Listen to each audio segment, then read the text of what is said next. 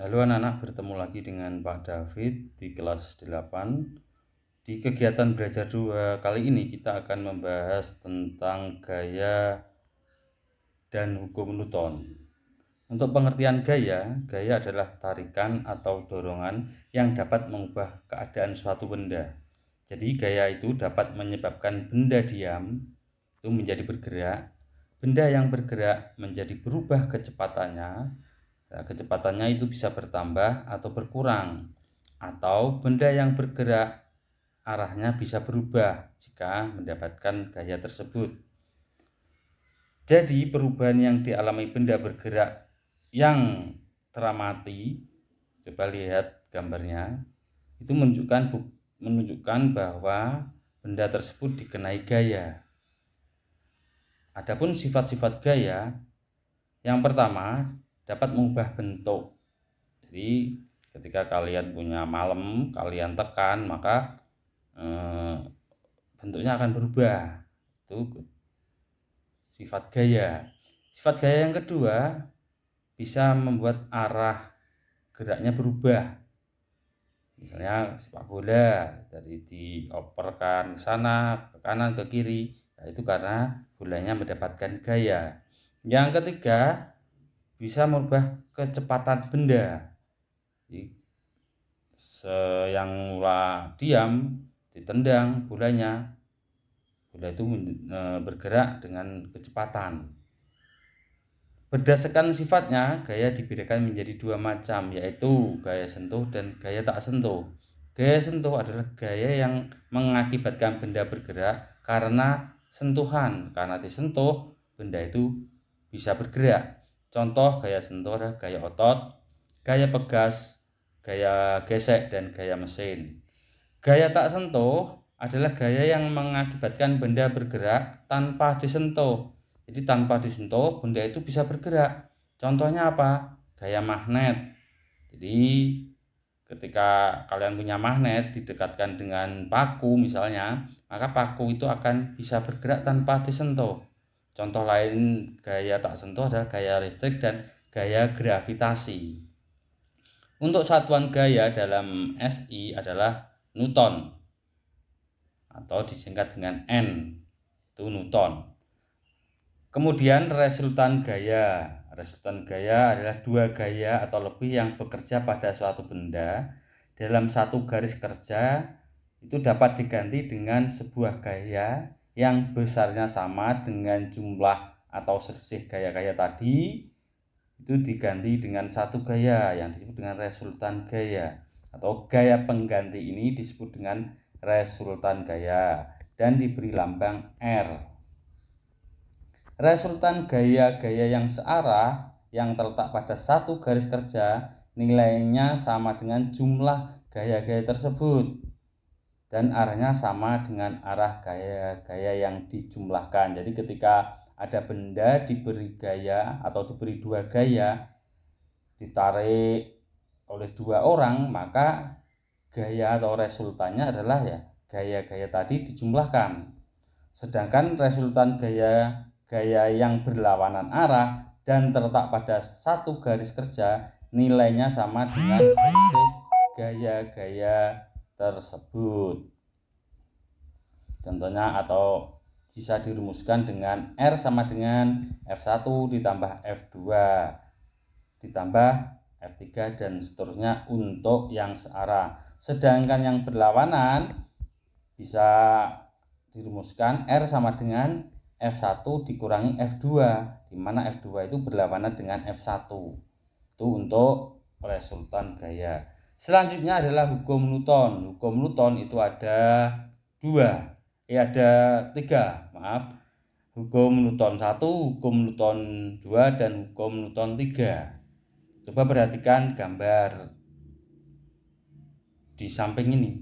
Apa yang terjadi jika kamu berada di dalam mobil yang sedang melaju kencang, terus tiba-tiba mobil itu direm mendadak? Badan kamu akan terdorong ke depan karena badan ingin mempertahankan gerak ke depan. Peristiwa tersebut yang pada akhirnya memunculkan ide teknologi sabuk pengaman yang dipasang di kendaraan bermotor khususnya mobil. Ini untuk memberi keamanan bila terjadi kecelakaan, misalnya tubuh orang yang naik mobil itu tidak terpental ke depan. Berdasarkan hukum 1 Newton, dapatlah Anda pahami bahwa suatu benda cenderung mempertahankan keadaan yang tetap bergerak atau keadaan diam. Benda yang mula-mula diam akan mempertahankan keadaan diamnya, dan benda yang mula-mula bergerak akan mempertahankan geraknya. Oleh karena itu, hukum 1 Newton juga sering disebut sebagai hukum kelembaban atau hukum inersia.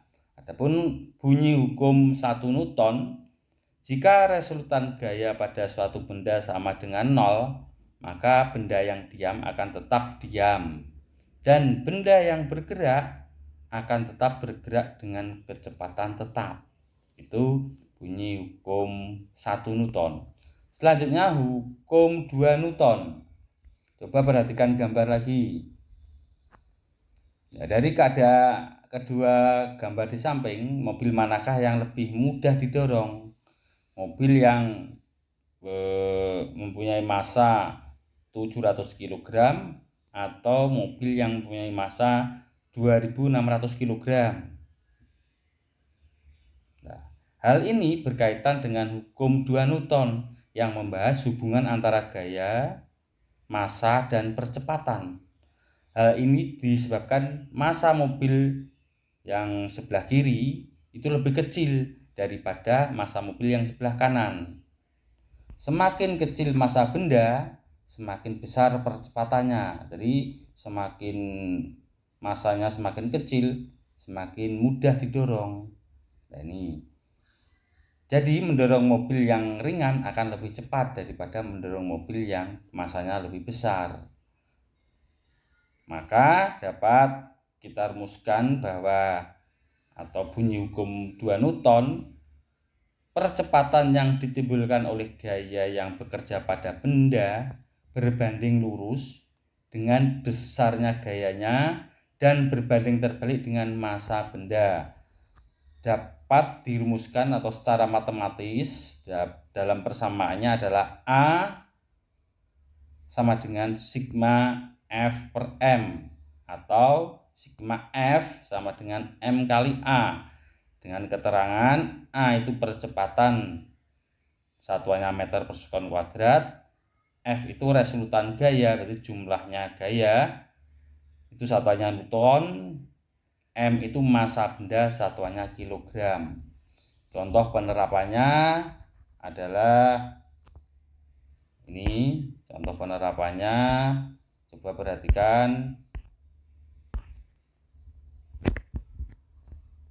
Jika bola ditendang seorang siswa dalam kekuatan penuh menyusuri lapangan, maka dengan gaya yang kuat tendangan menghasilkan percepatan besar pada bola. Nah, ditandai dengan bola yang melintang cepat. Selanjutnya hukum 3 Newton. Nah, pernahkah kalian berpikir bagaimana roket meluncur di angkasa? Roket terdorong ke atas diakibatkan semburan gas ke bawah. Kejadian ini sama saja atau sama ketika kita berenang. Tangan dan kaki kita mendorong air ke belakang, aksinya seperti itu, dan akibatnya air mendorong tubuh kita melaju ke depan atau reaksinya seperti itu. Hal ini sesuai dengan hukum 3 Newton yang menyebutkan bahwa ketika benda pertama, maksudnya pertama itu kalian ketika berenang mengerjakan gaya ke benda kedua itu misalnya air tadi, maka benda kedua tersebut akan memberikan gaya yang sama besar ke benda pertama namun berlawanan arah, atau gaya aksi dan reaksi bekerja pada dua benda yang berbeda. Jadi F aksi sama dengan negatif F reaksi. Itu adalah hukum 3 Newton. Untuk tugas kalian, coba kalian lihat ini coba kalian tulis atau kalian kerjakan di buku tulis formatif 2. Ada nomor peristiwa hukum Newton 1, 2, atau 3, terus alasannya kenapa. Ini kalian gambar atau kalian tulis di buku kalian. Nomor 1 tadi sudah dikerjakan. Sekarang nomor 2, 3, 4, dan 5 kalian kerjakan. Demikian untuk pelajaran kali ini, semoga bermanfaat. Untuk tugas ini nanti dikumpulkan menunggu perintah atau menunggu pengumuman dari Pak David. Terima kasih atas perhatiannya.